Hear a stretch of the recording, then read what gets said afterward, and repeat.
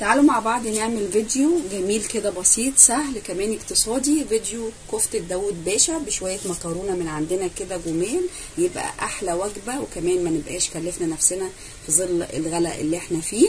طبعا هنقول لكم، هنخش بالفيديو ان شاء الله ونقول لكم المكونات اللي معانا احنا احتاجنا ايه فيها ان شاء الله، ونعملها مع بعضنا. يلا نقوم نحضر ونخش على الفيديو على طول، نقول لكم في كل المقادير اللي احنا عملناها للطبق بتاعنا كفتة داوود باشا ان شاء الله.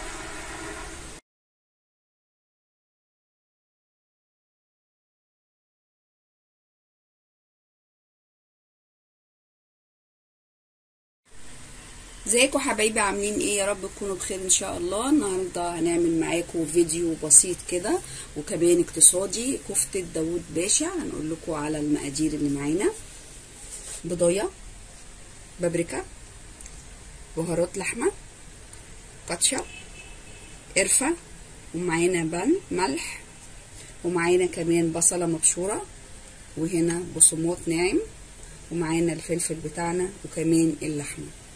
طبعا الحاجه اللي بعد كده اللي هي الصلصه بتاعه داوود باشا. معانا الصلصه مضروبه زي ما انتم شايفينها، طماطم مضروبه ومتسويه، ومعانا معلقه صلصه، كمان مكعب مرق، والثوم عشان خاطر الصلصه بتاعتنا. بعد كده هنقول ايه، وش طبعا شويه المكرونه ان احنا هنضيفهم عليهم مسلوقه عادي خالص من 7 ل 8 دقايق، مش اكتر من كده، مع معلقه ملح بس، وهنصفيها ونشطفها 3/4 سوا، تبقى الافضل يعني عشان خاطر تبقى ماسكه نفسها. هنبتدي بقى نجيب اللحمه هنا اهي.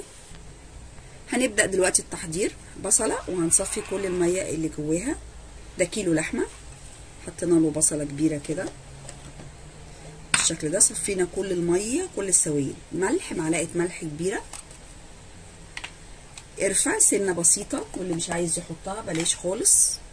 كاتشب، وبرده اللي عايز يحط براحته واللي مش عايز براحته، بس هو بيدي تيست حلوه قوي. بهارات لحمه وبسيط مش كتير، عشان الحاجه ما تبقاش كلها بهارات، لان اللحمه بلدي حلوه. بابريكا، كمان البيضه بتاعتنا، والفلفل الاسمر، ومعانا البصمات عشان تمسك معانا بالشكل ده، والفلفل بتاعنا.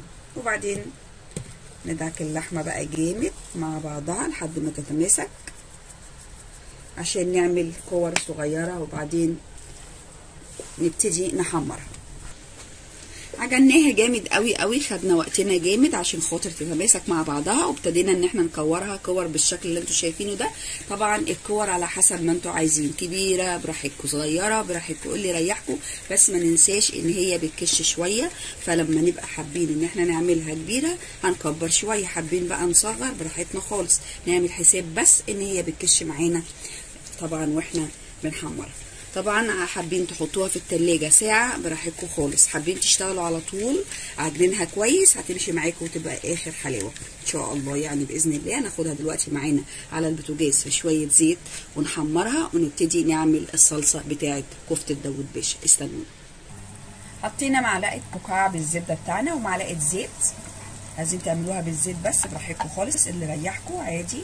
وبعدين هنبتدي بقى نسيبها تقدح كده، وبعدين نبتدي نسقط فيها اللحمه بتاعتنا الكور عشان خاطر ما تنزلش ميتها. هنستنى شويه كده اهو، وبعدين نبتدي ننزل اهو. ننزل بقى كوره كوره كده، ونسيب مسافه عشان مش عايزين ميه تنزل خالص. نبتدي كده ونحمر بقى على الناحيتين، وبعد التحمير على الناحيتين ننزل البواقي نحمر تاني، وبعد كده ناخد كل الخلاصه بتاعه اللحمه من الطاسه بتاعتنا، نبتدي نعمل فيها الصلصه. الشكل اللي انتوا شايفينه ده، وقلبناها على الناحيه الثانيه خدت اللون الجميل اللي انتوا شايفينه. هنبتدي نشيلها ونحط غيرها، وزي ما انا قلت لكم بقى طبعا هنبتدي ناخد السوائل اللي هتنزل دي كلها، ونبتدي نعمل فيها التخديعه بتاعتنا بتاعه كفته داوود باشا. عملنا الكميه كلها بالشكل اللي انتوا شايفينه ده اهو، وخلصناه. هنبتدي نعمل الصلصه. هننزل عندنا شويه بصل صغيرين بقى، لان طبعا لحمتنا فيها بصل، حبه صغيرين اهو. وبعدين نحط الثوم بتاعنا